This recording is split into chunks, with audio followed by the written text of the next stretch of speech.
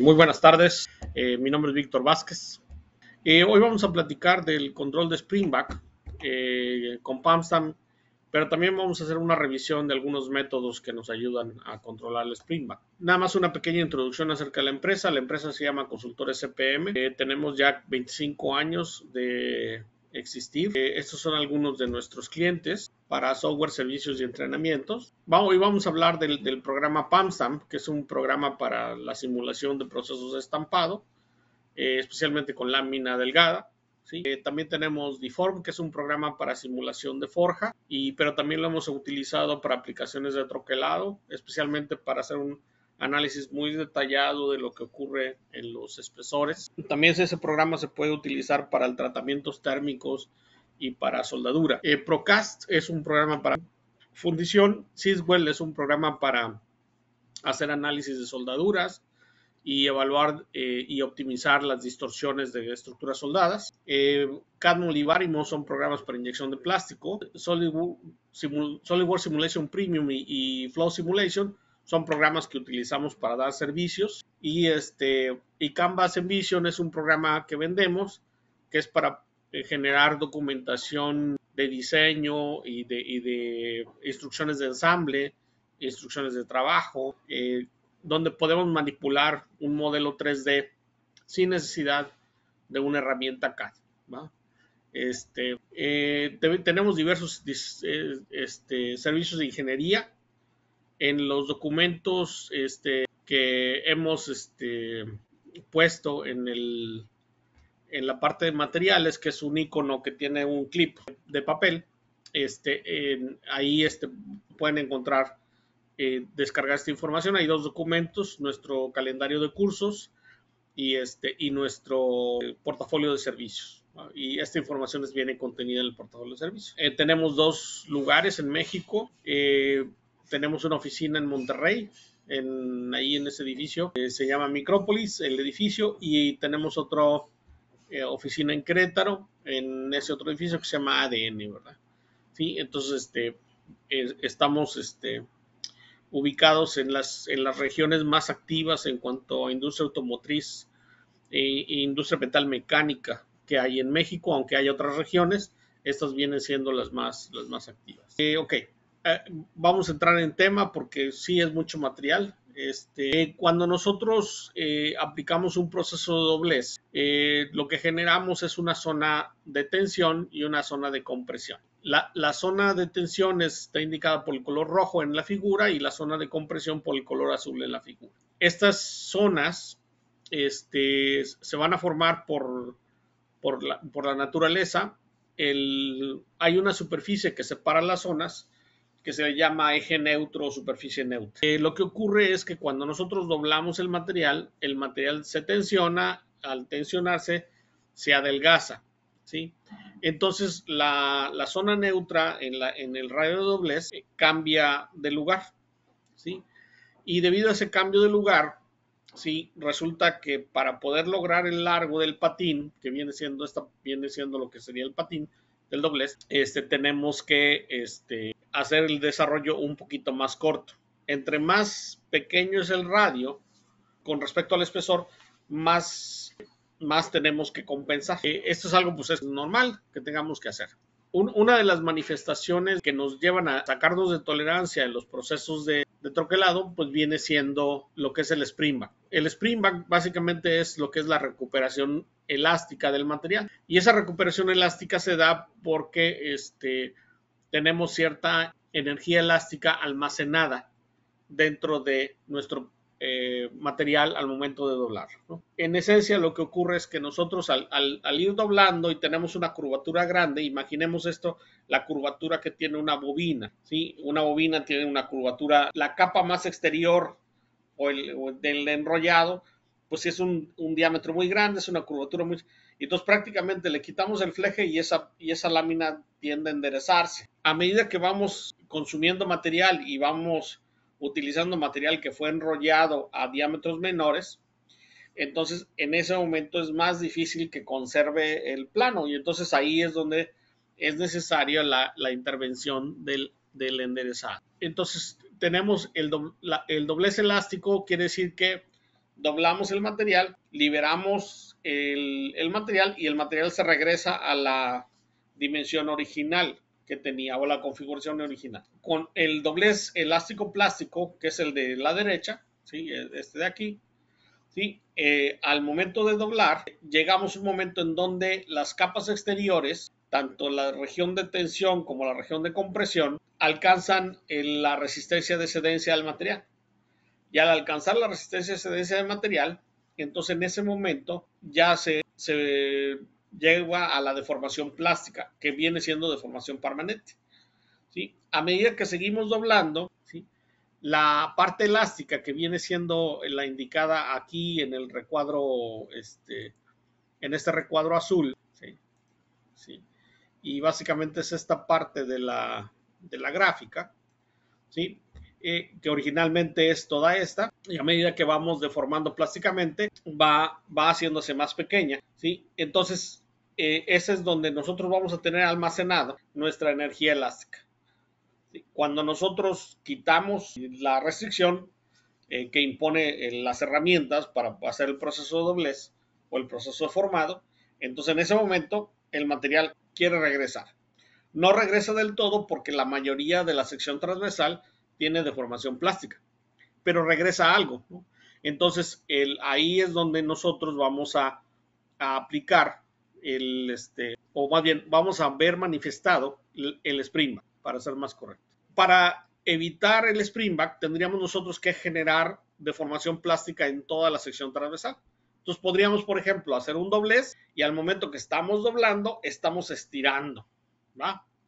Eso sería similar a cuando se hace un proceso de estirado, en donde tomamos la lámina, ¿sí? Tenemos un mandril y se estira, ¿no? Entonces no se mueven los extremos y doblamos y estiramos. Y entonces ahí tenemos mucho más control porque estamos generando deformación plástica en toda la sección transversal que donde se está poniendo el radio de doblez. Sin embargo, pues eso no es un proceso que se pueda repetir o utilizar para muchos productos, ¿va? Entonces tenemos que considerar otras condiciones que hay por aquí. Cuando hacemos dobleces o en general hacemos formados donde queremos formar radios, la herramienta dominante para la geometría viene siendo el radio interior, ya sea para dobleces o para embutidos, el radio interior viene siendo. Si nosotros doblamos a un radio muy pequeño con respecto al espesor, podemos adelgazar el material significativamente. Y ese puede en un determinado momento provocar grietas, ¿sí? Por ejemplo, cuando el radio es igual al espesor, es esperado que tengamos adelgazamientos mayores al 20%. Si el radio es igual a 5 veces el espesor, el adelgazamiento que podemos esperar es alrededor del 5%. ¿Sí? Entonces, definitivamente el radio juega un papel respecto a los adelgazamientos. Por eso es un error, aunque lo vemos muy repetido en la industria, es un error tener dibujos donde me indica un doblez a radio cero. Eso es un error. Eso lo que está pidiendo es que si tenemos problemas de ductilidad en el material, vamos a producir piezas fracturadas. Tenemos un efecto de direccionalidad. Al momento de estar laminando el material, el laminado básicamente es la reducción de espesor por medio de rodillos, ¿sí? Entonces vamos a producir inicialmente una lámina, más bien un planchón, de 60 milímetros de espesor. Y esos 60 milímetros de espesor los vamos a llevar a 1 milímetro o medio milímetro o la lámina que ustedes usen. Entonces, si nosotros hacemos la reducción de 1 milímetro, de 60 milímetros a 1 milímetro, entonces una reducción de área de 60 veces, ¿sí? Lo cual es significativo. Eso lo que va a hacer es que el material adquiera una característica de fibra y entonces la orientación va a ser importante. Si el proceso se hace en caliente, no es tan marcado el efecto de la laminación como si el proceso se ha hecho en frío. Si el proceso se ha hecho en frío, entonces es muy marcado ese problema. Y viene la otra parte, dice, a la hora de doblar, ¿sí? Las fibras del material, ¿sí? Van a estar orientadas predominantemente en la dirección de la mina. No olvides apoyarnos con un like. Suscríbete para recibir notificaciones de nuestros webinarios. Y al momento de doblar, si nosotros doblamos paralelo a la dirección de laminación, entonces corre el riesgo de que generemos una fractura al momento de doblar. Si nosotros doblamos perpendicular a la dirección de laminación, es menos probable. No es imposible porque depende de la ductilidad del material o de la elongación en la ruptura particular que tenga el material. Entonces, sí tenemos situaciones donde tenemos que tener cuidado con cuáles son los radios de doblez a los que vamos a llegar. Otro factor importante cuando doblamos, ¿sí?, es de qué lado van a quedar las rebabas. Todas las piezas que se van a doblar o que se van a embutir, ¿sí?, previamente vienen de un proceso de troquelado. Y el proceso de troquelado o el proceso de corte produce rebabas. ¿Sí? Y esas rebabas es menos conveniente que las rebabas queden en el lado exterior del radio de doblez que queden en el lado interior del radio de doblez. ¿Sí? Al quedar en el lado interior del radio de doblez es más conveniente porque estarán en compresión. Si están en la parte exterior, el problema es que se pueden generar grietas o se puede acelerar la formación de grietas, especialmente para radios pequeños. Finalmente, pues vamos a conversar acerca del spring back. Entonces, el spring back, como ya lo habíamos comentado, ¿sí?, al momento de estar doblando, vamos a generar una deformación plástica, ¿sí?, y esfuerzos correspondientes a esa deformación plástica.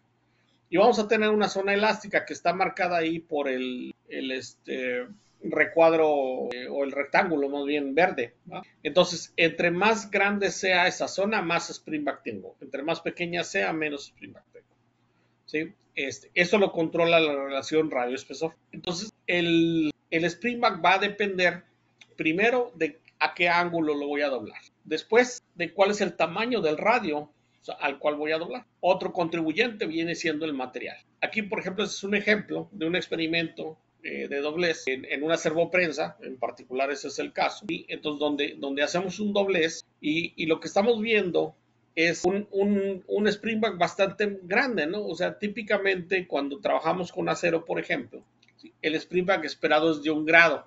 ¿Sí? Pero se tienen que dar ciertas condiciones para que tengamos eso. En este caso, hay varias razones para que este ángulo sea mucho más grande que 1 grado. Las razones pues vienen siendo, primero, el claro entre punzón y matriz. ¿Sí? Es bastante más grande que el espesor. Generalmente vamos a usar un espesor más el 10% del espesor. Entonces, el claro es más grande que eso. Es aproximadamente 1.3 veces el espesor. Luego, la fuerza de pisado no es suficiente para mantener el material pisado. Y entonces, lo que ocurre es que entonces el radio real al que estoy doblando no es el radio de la herramienta, no es este radio, sino es un radio un poquito más grande. ¿Sí? Y entonces eso contribuye a que tengamos más spring back. ¿Sí? Aquí, por ejemplo, tenemos algunos factores que influyen en la separación entre apoyos, el ángulo al cual vamos a doblar, medido de esta forma, ¿sí?, y el espesor del material.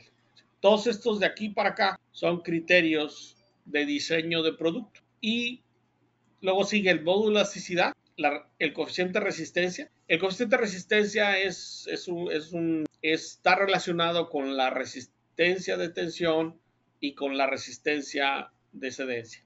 ¿Sí? El exponente de endurecimiento, ¿sí?, o valor N, ¿va?, el radio medio, que también pasa de diseño, y la deformación inicial. La deformación inicial aquí es importante porque si tomamos como base un material laminado en caliente, ¿sí?, y después ese material usamos láminas con un skin pass de determinada dimensión, entonces esa deformación inicial viene siendo la deformación que pone el skin pass y altera el resultado, ¿va?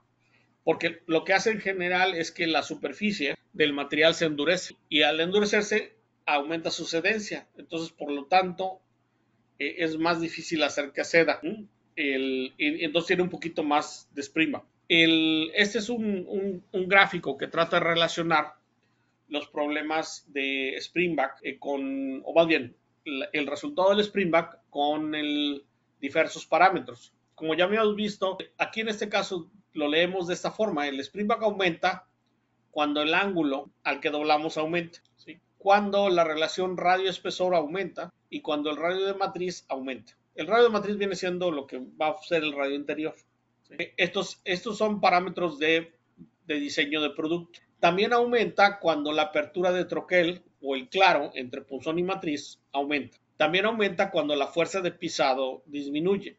Entonces aquí estos son elementos que corresponden al ajuste del troquel. Y luego tenemos que el Springback aumenta cuando el módulo de elasticidad disminuye. Esto no ocurre generalmente en lotes de la misma clase del material. ¿Sí? La elongación, perdón, el módulo de elasticidad es un parámetro que es constante a través de la aleación, ¿sí? En el caso de los aceros, está entre 190,000 megapascales y 210,000 megapascales, o su correspondiente en libras por pulgada cuadrada. En el caso del aluminio, el aluminio tiene un módulo de elasticidad aproximadamente de 1/3, ¿sí? Esto lo que implica es esto. En una curva de esfuerzo de formación, ¿sí? Tenemos esfuerzo medido como fuerza sobre área y la deformación medida como la diferencia de longitud entre la longitud inicial. ¿Sí? Lo que nosotros tenemos, por ejemplo, es que un acero va a seguir este módulo de elasticidad y el aluminio va a seguir este módulo de elasticidad. Entonces, al momento de que hacemos la deformación plástica, ¿sí? O logramos cierta deformación plástica, al momento de quitar la fuerza, el material va a regresar paralelo a este nuevo módulo de elasticidad. Entonces, esta distancia es considerablemente más grande que en el caso del acero, ¿sí? Y es por esto que el acero tiene menos springback que el aluminio. Y, por ejemplo, el acero inoxidable es un springback medio intermedio, entonces generalmente tiene más springback entonces, muchas veces hay ocasiones, por ejemplo, vamos a ver el caso de las cubiertas de estufa. ¿Sí? Las cubiertas de estufa son productos que se pueden fabricar de acero al carbón para ser porcelanizados o se pueden fabricar de acero inoxidable y entonces muchas veces se piensa que el mismo troquel va a funcionar para ambos productos y sí funciona, pero hay que hacer ciertos ajustes en fuerzas de pisado y tal vez en algunos claros y demás. ¿Sí? Tal vez tengamos que usar diferentes elementos. Tal vez es el mismo punzón, pero la matriz la vamos a cambiar para poder lograr diferente estiramiento. O al revés, es la misma matriz y diferente punzón. ¿Va?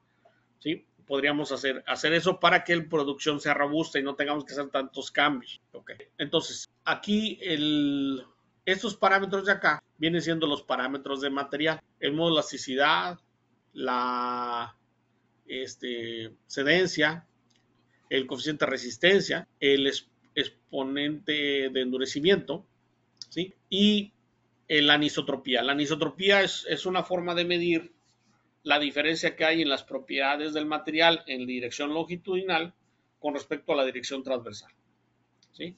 Y sí hay diferencias que son importantes. Entonces, cuando la anisotropía aumenta, también aumenta el springback. Esto es importante considerarlo. ¿Por qué? Porque en ocasiones se trabaja con silueta recortada, ya sea redonda o ya sea cuadrada. Y la orientación del grano es importante para el resultado. Entonces, si yo no tengo control de eso en mi operación, pues voy a tener algunos productos bien dentro de tolerancia, muy bien, y otros que están fuera. ¿Por qué? Porque no estoy controlando la dirección de laminación, que básicamente mi troquel está calibrado para una determinada dirección de laminación. Okay. Hay formas de predecir el springback, podemos utilizar esta relación. ¿Sí? Esta relación viene de hacer pruebas de material, ahorita vamos a ver un gráfico, entonces ahorita no se me desesperen mucho. Esta otra es una expresión para estimar el springback, aquí tendríamos nosotros que saber cuál es el momento flector. RI y RF son los radios a los cuales quiero obtener y es el radio al cual debo de doblar. Esta es la razón de Poisson al cuadrado, que es la razón de Poisson vale entre 0.29 entre 0.27 y 0.29 más o menos, normalmente eso es lo que vale. Esta I que tenemos aquí es el momento de inercia, que en el caso del material sería el ancho, lo voy a expresar con doble, por el espesor al cubo entre 12. Ese es el valor de I. ¿Sí? Y E viene siendo el módulo de elasticidad. ¿Sí? O sea, otra vez, la propiedad del material, tanto el módulo de elasticidad como la razón de Poisson son propiedades del material. Otra expresión más viene siendo esta, en donde ya involucramos no nada más la razón de Poisson, que vuelve a aparecer por aquí, sino también la cedencia, la relación que hay entre cedencia y módulo de elasticidad, que eso es lo que nos va a dar básicamente la pendiente de cuánto vamos a regresarnos. Nada más hay que notar que esta expresión, las unidades deben de estar en radianes de los ángulos, ¿sí? Para poder utilizarla. Ok. Entonces, podemos construir para las láminas que estamos recibiendo. Imaginemos que tenemos dos proveedores de lámina, ¿sí? Y estamos recibiendo material, tenemos un poco de falta de control, porque resulta que montamos el troquel y hay que volverlo a ajustar y demás. Entonces, lo que tenemos que hacer, o podemos hacer, es utilizar una prensa de taller, construir una herramienta de un troquel en B, con el cual podamos cambiar básicamente la punta del punzón, de manera que podamos cambiar los radios, ¿sí? Y entonces podemos hacer pruebas muy rápidamente de doblez y validar el springback que estamos teniendo con diferentes calidades de material y diferentes proveedores. Entonces podemos construir gráficas aquí, por ejemplo, en este caso me voy a enfocar en que tenemos un acero austenítico completamente duro, entonces tiene mucho springback, ¿sí? La relación entre el ángulo inicial y final es el 10%, entonces mucho springback, ¿va? ¿Sí? Y luego tenemos acero inoxidable con un cuarto dureza y un acero inoxidable recocido que tiene mucho menos springback, ¿sí? Entonces de la misma forma podemos construir esto, ¿sí? Para el proveedor A, el proveedor B, en la calidad tal, en calidad, etc. Entonces podemos hacer este tipo de construcciones y con eso ayudar al taller, ¿sí? Con una muestra del material a poder ajustar el troquel para que se monte, ¿sí? Esto les voy a llamar la atención a algo aquí importante. Voy a mostrarles un documento. A ver si aquí lo... Ok. Este es un certificado de calidad de este material. Este material tiene esta composición química. Es un acero de alta resistencia de baja aleación. Es una cinta en caliente decapada con un skin pass. ¿Sí? Ese es un dato real, o sea, es de un cliente de información. Y pueden ustedes, por ejemplo, aquí observar que tenemos listadas las bobinas. ¿Sí? Hay una bobina más acá, medio perdida. Entonces, primero tenemos una bobina que tiene una elongación de 24, 4 bobinas que tienen 22 y un montón más de bobinas. 1, 2, 3, 4, 5, 6, 7, 8, 9, 10, 11 bobinas que tienen una elongación de 30 y 23. Pero la que tiene 24 tiene 464 de cedencia y 548 de resistencia a tensión. Tiene 22, la que tiene 22 tiene 472 y tiene 556. Y la que tiene 423 tiene 468 y 552. ¿Sí? Entonces aquí lo que vamos nosotros a obtener es que dependiendo de la bobina que usemos, es el resultado que vamos a obtener. Esto es de la misma colada, es exactamente la misma colada. Si ustedes ven aquí la colada, el número es el mismo, ¿sí? Entonces, eso quiere decir que todas estas toneladas de material se sacaron del mismo planchón, básicamente. Esto se vuelve más dramático cuando cambiamos colada. ¿Qué es lo que pasa en las operaciones típicas de troquelado? La persona que controla el uso del material, el orden del uso del material, es el montacarguista, porque es el que baja los rollos y los acomoda en el almacén y los pone en una disposición tal sin tomar en cuenta estas propiedades. Entonces, por eso a veces parece como si hay días en los que te levantas con suerte y otros días sin suerte, ¿sí? Y la razón es que no estamos tomando en cuenta esta variabilidad. Nada más estamos tomando en cuenta esta información para decir el material está dentro de especificación. Pero aquí tienen que recordar algo importante. El material seleccionado para su producto no fue seleccionado en base a la robustez de formabilidad, fue seleccionado en base a la resistencia del producto una vez ya formado o a la rigidez del producto una vez ya formado. Entonces, no es una consideración. Entonces, nosotros tenemos que tomar esta información en cuenta para tener procesos de formado más robustos. Aquí hay un ejemplo de, por ejemplo, qué es lo que es la compensación de Springback, por ejemplo.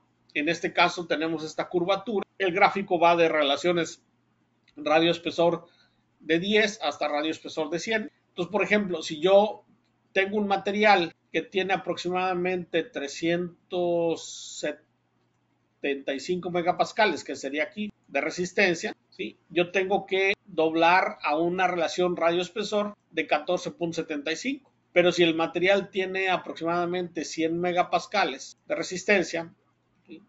Estos son kilopons. Entonces lo multiplicamos por 981 y nos da megapascales. Entonces tenemos el de 100, tengo que un radio espesor de 15, ¿sí? Entonces influye mucho el tipo de material que estemos usando respecto al resultado, ¿sí? Por eso es que a veces parece como si el Springback fuera muy complicado de controlar. Especialmente se vuelve complicado con geometrías complejas como este pilar B, ¿verdad? Donde podemos tener torcimientos. Ahí los colores nos indican que lo verde está en la geometría objetivo y lo de color azul o azul claro es una desviación de ya sea hacia coordenadas positivas o negativas, ¿sí?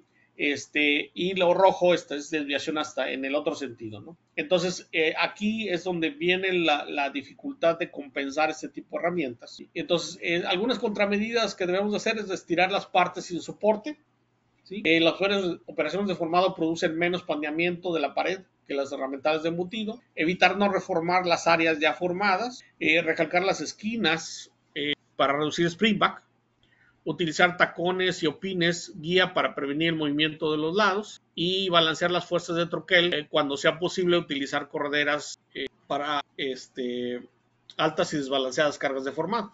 Es importante, en general siempre es importante que nuestro troquel esté equilibrado, ¿sí? Es decir, si ustedes están usando troquel progresivo, el troquel progresivo debe estar una vez que todas las estaciones tienen material o inclusive en un troquel transfer. Una vez que todas las estaciones tienen material, revisamos si tenemos el mismo cierre del lado izquierdo, del lado derecho, del lado de atrás, del lado de adelante, ¿sí? Si no tuviéramos el mismo cierre, si el cierre fuera menor, esto lo podemos revisar con bloques de paro y con estaños o con plomos. Entonces, si el cierre es mayor en un lado, eso quiere decir que ahí tenemos menos fuerza, ¿sí? Y del otro lado tenemos más fuerza, donde esté más abierto. Entonces, ¿qué tenemos que hacer? Mover el troquel en la dirección contraria al que está el más alto, es decir, hacia donde está. ¿Cuánto? Pues hasta donde nos deje la mesa, ¿verdad? No podemos hacer nada más para poder balancear, ¿no? Los tacones o talones vienen siendo bloques que tienen placas sufrideras para controlar movimientos laterales del troquel, ¿sí? Al controlar movimientos laterales vamos a controlar el claro que tengamos a la hora de hacer los dobleces. Entonces, es muy importante para esta parte. Otra parte que tenemos que ver es, bueno, cómo se puede mejorar desde el diseño. Esto es el diseño 1 y 2, ¿sí? Estos dos diseños nos pueden ayudar a que por diseño nos ayuda a controlar el springback sin necesidad de meterle mucho más medidas adicionales. Entonces, estos van a ser más robustos para el ajuste por la misma geometría que tenemos. Otro diseño es ¿no? En donde al momento de doblar hacemos un estiramiento. Entonces, ese también va a reducir el springback significativamente en esta parte y tal vez aquí también. La otra estrategia es golpear el material para reducir el espesor, ¿sí? Al reducir el espesor, lo que vamos a hacer es que esa zona que anteriormente en los gráficos anteriores nos quedaba elástica, le impongamos deformación plástica. Ahora, aquí es importante considerar que al momento de doblar se va a adelgazar el material. Entonces, del espesor que terminamos teniendo, debemos reducirlo con el golpe alrededor de un 5%. Entonces la geometría de la herramienta debe de estar calculada y fabricada de manera que me dé ese efecto. También es importante el desahogo debe ser más grande que el spring back que estamos esperando. Es decir, si yo estoy esperando un spring de 2 grados, el desahogo debe ser al menos de 2 grados. Si el desahogo no tiene esa característica, entonces es posible que no compense del todo el spring. La estrategia generalmente es dobla más. O sea, es decir, si necesito 90 grados, doblo a un ángulo de 89, ¿no? O a un ángulo de 88 para que al momento que regrese me quede en el lugar que quiero. O podemos usar ready benders que hacen la función también de compensar, dado que las herramientas tienen bueno, le construyes el desahogo a la herramienta. Esta es otra estrategia al doblar en B e intencionalmente reducir el espesor para formar una zona plástica. Y entonces, como al ya no existir parte elástica, pues se queda como lo formamos. Este es otro método también utilizado, en el cual tenemos en el punzón de doblez 2 geometrías. Entonces doblamos primero, como el claro aquí es más grande, va a doblar a un radio más grande y luego, según va bajando, hace el siguiente doblez. Y entonces ahí igual tiene el mismo efecto que es que al momento de doblar va a generar, por la forma en cómo se da ese doblez, va a generar una deformación plástica en el espesor. Y eso va a producir que tengamos menos spring back. Aquí yo diría que esto funciona bien para materiales de baja resistencia, pero no tan bien para materiales de alta resistencia. Ok, entonces tenemos aquí también dobleces tensionados, puede ser otra forma. El golpe de fondo ya lo habíamos visto. En los casos de embutido, también tenemos deformación por spring back, ¿no? Aquí lo que nos muestran estas curvas nos muestran la curvatura de la herramienta y la curvatura recuperada, ¿sí? Entonces, a medida que vamos nosotros logrando mayor estiramiento, más allá del 2% de estiramiento, ¿sí? Entonces la curvatura ya no cambia. Entonces es importante el estiramiento. Entonces en procesos de embutido debemos de tener más de 3% de estiramiento. Actualmente lo que tenemos es que debemos de aumentar la rentabilidad del negocio, disminuir las consecuencias legales de errores de manufactura y diseño, diseñar para manufactura, reaccionar rápido a cambios de mercado, adquirir, administrar y transferir conocimiento. Los competidores que hay en el mundo cuentan con tecnología de punta para el diseño y fabricación de componentes y en algunas ocasiones el proveedor debe diseñar no nada más el proceso, sino también el producto. Los dilemas que tenemos es cómo vamos a innovar más rápido que el competidor, cómo aprender más rápido lo que el competidor ya sabe, cómo implementar los procesos más rápidos y a menor costo. Eso es importante ahorita, ¿verdad? Porque el caso de México, el último año y medio, el diferencial en el tipo de cambio, sí, hace que ya la mano de obra ya no es una ventaja porque por el aumento de salarios mínimos y otras cosas, y el tipo de cambio, entonces, y el precio al que se vende el producto, ¿sí? Hace que nos acorta los márgenes, entonces hay que buscar otras formas, ¿sí? Entonces el recurso humano que tenemos en México es licenciatura y en ocasiones gente con maestría técnica. Aquí no estamos hablando de maestría de administración. Y en países desarrollados tenemos gente con maestría y doctorado en las mismas posiciones en las que tenemos gente acá que tiene licenciatura y maestría. Aquí apuntando una diferencia importante, en Alemania en particular, que la carrera de ingeniería es de 6 años. Y cuando entran al doctorado, entran directo al doctorado. Es como si fueran licenciatura y maestría. ¿Sí? Aunque hay carreras de ingeniería de 4 años. ¿No? Y en México no son tan frecuentes los gentes con doctorado, especialmente desde que llegó la 4T y así va a seguir. O sea, porque quitaron todos los apoyos que fomentaban la inclusión de ese tipo de gente con esa educación en las empresas. Ni modo, así es. Entonces, ¿cómo sobresalimos con limitaciones de infraestructura y recursos de investigación y desarrollo? Y eso siempre me pregunto. Yo he visitado muchas instalaciones fuera de México, en países desarrollados, y tienen muchos recursos para estar experimentando.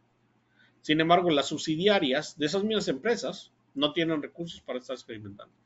Entonces, ¿qué es lo que haces? Bueno, pues tienes que desarrollar procesos de forma robusta. Un proceso tradicional de desarrollo es, tengo el producto,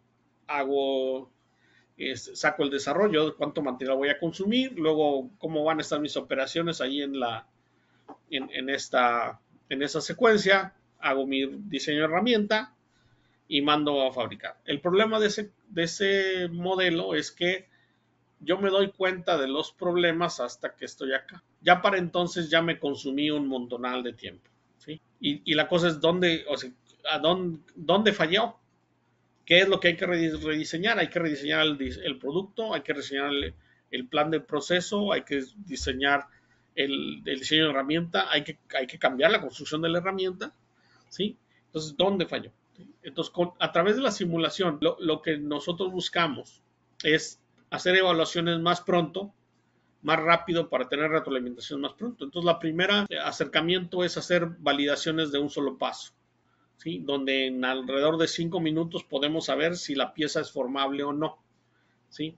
O qué tan formable es, dónde vamos a tener adelgazamientos, dónde podremos tener fracturas, dónde podría haber arrugas.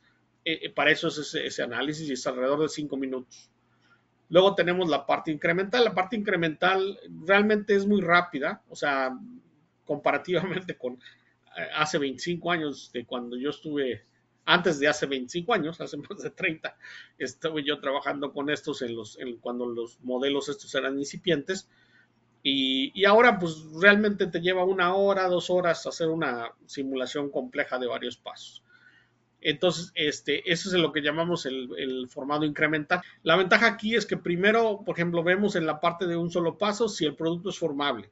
Si no lo es, bueno, se hacen sugerencias de cambio de diseño para que sea. Ya entonces el ingeniero de producto nos cambia el producto, ya. Y luego ahora vamos, ya hacemos el análisis incremental. El análisis incremental ya, en lugar de hacerlo en un solo paso, vamos viendo el avance de la herramienta y vamos evaluando qué es lo que va pasando en cada incremento de desplazamiento. Entonces podemos detectar otros problemas que no se vean en el de un solo paso. ¿Sí? Y entonces pues podemos hacer algunas soluciones. Ahí tanto retroalimentamos ingeniería de producto como ingeniería de herramientas. ¿Sí? Y una vez que ya tenemos un proceso aprobado en la computadora, entonces ahora sí ya mandamos el diseño para que se fabrique la herramienta y las correcciones sí tienen que hacerse, ¿sí? Definitivamente. Y la razón de que tengan que hacerse es porque la simulación es una condición idealizada, es una sola condición, es un solo proceso. ¿Va? Entonces, es un dinero que tengo que entregar ahorita. Eh, entonces, ya en el tryout, a lo mejor vamos a meter el mototool aquí, meter acá, hacer un ajuste de alturas, un ajuste de presiones, porque ya la condición no está idealizada, ¿verdad? O sea, ya hay diferencias de fricción, que si le hicimos bien el acabado y todo, etcétera, porque en la simulación la fricción es pareja igual en todos lados. Sin embargo, en la construcción de la herramienta puede ser que por ahí hayamos dejado una zona más burda que otra, etcétera, etcétera, ¿no? Entonces hay esas consideraciones. Pero el chiste es que podamos prevenir esas situaciones. Entonces lo que queremos es que el proceso de desarrollo lo llevemos de parte hasta validación, ¿sí? Sin necesidad de construir herramienta. Es decir, que cuando nosotros ya emitamos el dibujo de herramienta, tengamos una certeza del 95%, que es bastante buena, ¿sí? De que esa herramienta va a funcionar y va a funcionar para el proceso. Y en esta parte pues hay varios detalles que tenemos que ver, por ejemplo, el diseño de herramienta, cómo va a ser los cambios de proceso, luego esa pieza se va a clampear o se va a sujetar para ensamblarse, ¿sí? Y entonces queremos hacer ese tipo de evaluaciones, ¿sí? Donde podamos tomar el estampado, realizar simulaciones de ensamble, ¿sí? Porque a veces dice, oye, el dibujo me dice que es más o menos 0.1 milímetros y nos quebramos mucho la cabeza para lograrlo, pero resulta que en el proceso de ensamble voy a tener una sujeción y esa sujeción va a corregir hasta medio milímetro. Y entonces resulta que no necesito tener una tolerancia tan ajustada. ¿sí? Dado que la tolerancia fue asignada en base a ciertas reglas, pero no necesariamente igual, como les digo, no fue asignada por alguien que supiera de manufactura. ¿Sí? Entonces, después de ahí, nos vamos a la parte de ensamble. Aquí la animación que vieron correr es una animación del soldado de esta parte con su contraparte. ¿Sí? Y esta es una simulación de desempeño. Entonces, ¿qué es lo que hacemos aquí? Tenemos dos estructuras que son iguales en cuanto a su geometría, pero la de la izquierda tiene efectos de estampado y la de la derecha no. Entonces el desempeño es diferente. ¿Sí? ¿Qué pasa? Que si yo hago este análisis sin tomar en cuenta esos efectos, entonces voy a tener que hacer características que me den este comportamiento, que de todos modos ya lo tiene. ¿Sí? Curiosamente ya lo tiene, pero como yo no lo sé, entonces, o sea, no tengo la información dentro del sistema, pues no me da, entonces tengo que forzar a que ocurra, ¿no? ¿Sí? Y esa es la diferencia en esta parte. Entonces tenemos que en un sistema de estampado lo que queremos es que podamos tomar en cuenta los efectos de gravedad, el efecto cuando sujetamos el material con el pisador, el formado. Una vez teniendo el formado, que podamos estimar correctamente cuál es el desarrollo y por lo tanto cuánto material necesitamos. Luego, cuál sería el recorte y los procesos de doblez que necesitamos. Para la compensación de herramienta, como ya lo habíamos visto, tenemos ahí algunas distorsiones. Y entonces, la idea aquí es hacer una primera simulación. Con esa simulación, obtener la distorsión y luego modificar la herramienta para compensar esa deformación. ¿Sí? De manera que obtengamos de tener esta condición donde tenemos esta lámina aquí, ¿sí? Obtengamos esta condición. Es decir, en un determinado momento es hacer una herramienta chueca para obtener una pieza derecha. ¿Sí? Aquí tenemos este ejemplo, no se fijen en los colores, fíjense en la diferencia que hay en la desviación entre el punto más alto y el punto más bajo es 4.6. Después de hacer una compensación, se cambió la diferencia a 1.8 entre el más alto y el más bajo. Este es otro ejemplo en donde para un pilar B se tuvo un spring back inicial de 8 milímetros y después de 5 iteraciones el sistema PAMSTAM pudo llegar a una tolerancia de 1 milímetro. Este es un ejemplo que hicimos para una empresa de Ecuador, ¿sí? Donde tenemos un soporte de llanta. Este es el soporte donde se pone la rueda de refacción. ¿Sí? Entonces son dos piezas, izquierda y derecha. Entonces, la estrategia es hacerlas en una sola y después separarlas. Entonces tenemos la silueta óptima. Y la silueta óptima la obtuvimos con un programa de One Step. ¿Sí? Entonces aquí vemos cómo vamos haciendo el formado. ¿Sí? Y ven, por ahí tenemos algunos lugares donde se nos adelgaza mucho. ¿No? Que es aquí. ¿Va? Que no es mucho problema porque por ahí lo vamos a separar. Entonces no juega, ¿verdad? Y tenemos ese problemilla. Luego aquí vemos con una herramienta transparente. En la simulación no es necesario modelar toda la herramienta, solo necesitamos las superficies que tocan el material. ¿Sí? Entonces ahí tenemos y hacemos ahí el formato. Aquí tenemos la secuencia de pasos, ¿verdad? ¿Sí? Entonces está el formado y luego viene el sprint back cuando lo sacamos, ¿verdad? Este último de aquí es sprint back. Esta es la herramienta, el diseño de herramienta. Entonces lo que tenemos es un punzón que va a ser el proceso de doblez y un pisador, ¿va? También. Y tenemos los carros, ¿sí? Que al momento de prácticamente estar ya terminando el proceso de formado, van a entrar esos carros y van a hacer el doblez de las. ¿Sí? Entonces ahí más o menos está. ¿Va? Okay. Entonces aquí, si el material tiene una anisotropía de 0.9, entonces se pueden generar fisuras por aquí, ¿va? Principalmente, ¿no? Fisuras por aquí. Pero si el material tiene una anisotropía de 1.25, entonces no se generan fisuras. ¿Sí? Y entonces es más robusto. Entonces lo que había es la recomendación en este caso, le dimos al cliente, dice, búscate material que traiga una anisotropía mayor al 1.25. Y va a estar hacer un proceso más robusto. El adelgazamiento pues es menor cuando tenemos una mayor anisotropía. Este es el spring back, la tolerancia, todo lo que está en verde tiene una tolerancia de más o menos 1 milímetro, ¿sí? Y obviamente lo que aquí vemos en azul, pues está desviado de la tolerancia, de la dimensión objetivo, ¿sí? Entonces, después de varias iteraciones, creo que se fueron como 3 iteraciones, logramos meter toda la pieza, con excepción de este cachito por aquí, ¿sí? A valores de más o menos 1 milímetro. También analizamos cómo los agujeros se fabrican en el blanco. También analizamos de que los agujeros quedaran en el lugar donde nosotros queríamos que quedaran, ¿no? Y más o menos sí nos quedaron bien, no se nos movieron. Entonces, las conclusiones que, bueno, se hicieron, la compensación se hizo y también después lo que hicimos fue mapear las herramientas para enviárselas al cliente. Aquí, este es un primer video. Voy a tratar de describir lo que ocurre aquí.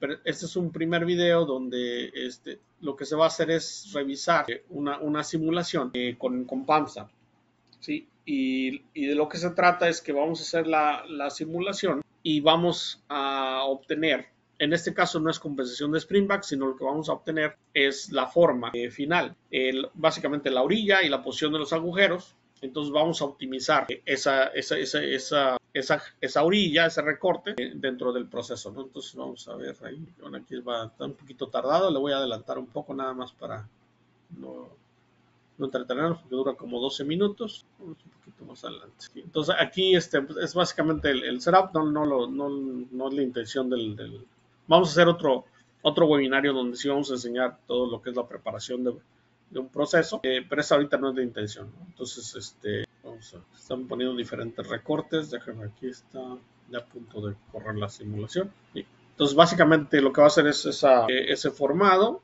y después se van a hacer recortes, ¿sí? Se va a recortar el material y después de con esa geometría y después recortarlo, se va a terminar de hacer un formado para tener la forma final y un último recorte, me parece. Bueno, entonces, un poco. Bueno, aquí ya están generándose los pasos. Vamos a hacer los pasos. Y aquí ya terminó, parece que sí. Entonces ahí recorta y luego hace el formado final. ¿Sí? Entonces el recorte y hace los formados finales. Entonces el chiste es que quede en el lugar correcto. Entonces, como ven, el agujero quedó fuera y el recorte nos indica que también quedamos fuera, lejos de la geometría. Entonces ahí lo que vamos a hacer es decirle que queremos mover la geometría del recorte para que la geometría final quede con respecto a la frontera final definida para el producto. Esto obviamente se utiliza para el diseño de la herramienta. Entonces, voy a adelantarme un poco más. En esencia se ponen cuál es el objetivo, qué es lo que voy a mover y finalmente, oh, caray, aquí está. Finalmente tenemos esta como la forma final y entonces ya la desviación ya es mínima. Aquí se puso una desviación de más o menos medio milímetro, me parece, o una décima de milímetro. ¿Sí? Entonces, la pieza queda con una distancia muy pequeña con respecto al objetivo y entonces queda bien, ¿verdad? Esa es una parte.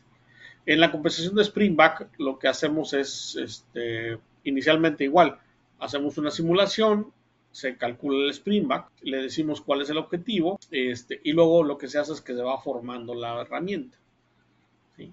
Entonces vamos haciendo el forming de la herramienta para obtener la compensación. Aquí está una primera herramienta.